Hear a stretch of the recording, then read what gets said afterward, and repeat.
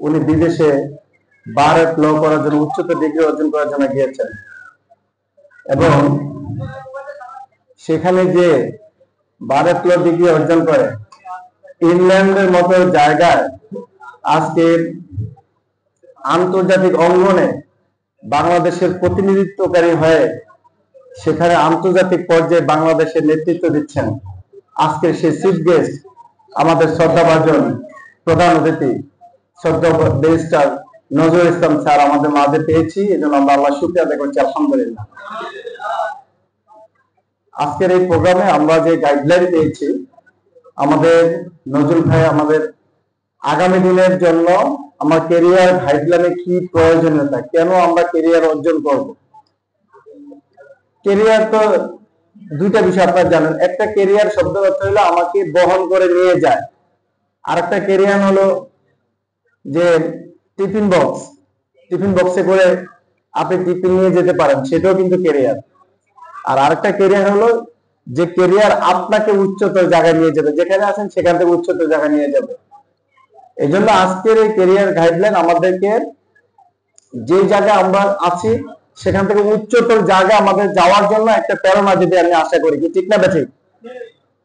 তাহলে আমরা এই প্রোগ্রামে অংশগ্রহণ করে আমরা লাভবান হয়েছি আমরা মনে করি, ঠিক তো? আগামী দিনের এই বাংলাদেশ, এই সুন্দর বাংলাদেশকে বিনির্মাণ করার জন্য সুজলা সুফলা বাংলাদেশে কোনো কিছুর অভাব নাই। শুধু অভাব হলো যারা বিভিন্ন জায়গায় বসে আছে সে মানুষগুলি সৎ মানুষ হতে পারে নাই। আজকে রাষ্ট্রের ক্ষমতায় যখনই যে আসে সাধারণ মানুষদেরকে নিয়ে ছিনিমিনি খেলে আজকে দেশের ক্ষতি করে, বিদেশের বুকে তারা অট্টালিকা পার করে ফেলে, বিদেশে টাকা পয়সা কোটি কোটি টাকা দুর্নীতি করে প্রেরণ করে দেশের মানুষের 12টা বাজিয়ে দেয়। আজকে আপনি যদি বলেন যে একজন রিক্সা শ্রমিক, ওনার কোনো দুর্নীতি পাওয়া যায়? মসজিদে ইমাম সাহেবের কোনো দুর্নীতি পাওয়া যায়? যিনি অনেক বড় ডিগ্রি অর্জন করলেন, সে যতটা দেশের জন্য উপকার হওয়ার কথা, সে বড় ডিগ্রি অর্জন করে তো দেশের জন্য আর ক্ষতি করে দিলেন। তা আমরা আগামী দিনে দেশের জন্য যে নাবিক তৈরি করতে চাই, যারা দেশের রাহবার হবে, তারা আগামী দিনে দেশের ক্ষতি করবে না দেশের উপকার করবে?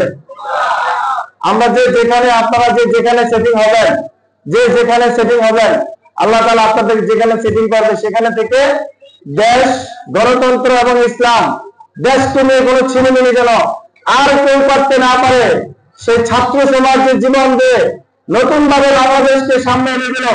আগামী বাংলাদেশ হবে মেধা নির্ভর বাংলাদেশ।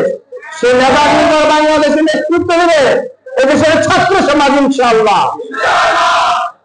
সেই নেতৃত্বের প্রত্যাশা আমাদের স্বপ্ন দেখতে হবে। আপনারা জানেন যে শহীদ আবু সাইদ যে রক্ত দিয়েছে, জীবনকে এভাবে হাত মেলে দিয়ে যেভাবে পুলিশের সামনে নিজের জীবন বিলিয়ে দিয়েছে, আমরা আমাদের ক্যারিয়ার গঠন করবো সেই দেশকে গড়ার জন্য। আরাম আয়েশ ভুলে যে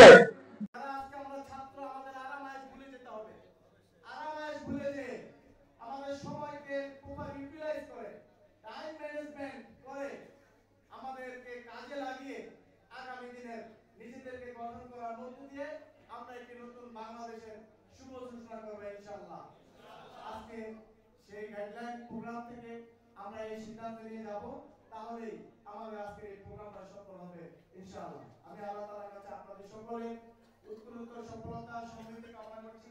আগামী দিনে বাংলাদেশে আপনারা হবেন সত্যের সেনানী। ওই যে কবির ভাষায় সত্যের সেনানীরা নেবে না বিশ্রাম, আমাদের সংগ্রাম চলবেই অবিরাম।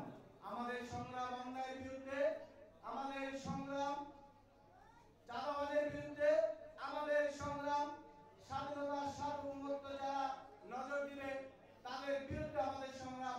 আমাদের সংগ্রাম হবে বাংলাদেশ যতদিন পর্যন্ত সোনার বাংলায় পরিণত না হবে, আমাদের সংগ্রাম ততদিন পর্যন্ত অব্যাহত থাকবে ইনশাআল্লাহ। সেই প্রত্যাশা ব্যক্ত করে আমি সম্মানিত অতিথিবৃন্দ এবং আমাদের চাঁদপুরের যিনি কোঅর্ডিনেটর, মানে সারা বাংলাদেশে যিনি আমাদের এই প্রোগ্রামে আছেন, আমাদের চাঁদপুরের কৃতি সন্তান, যাকে একটু না পরিচয় করে দিই আপনাদের সামনে আমার মনের দুঃখ থেকে যাবে।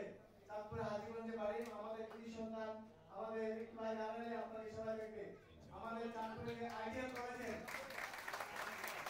চাঁদপুর সংগ্রামী প্রতিষ্ঠাতা প্রিন্সিপাল আমাদের সালাউদ্দিন অধ্যক্ষ সালাউদ্দিন স্যার, আমরা তার গেস্ট রয়েছেন, আমাদের সকল গেস্টদের প্রতি আমরা কৃতজ্ঞতা এবং আন্তরিক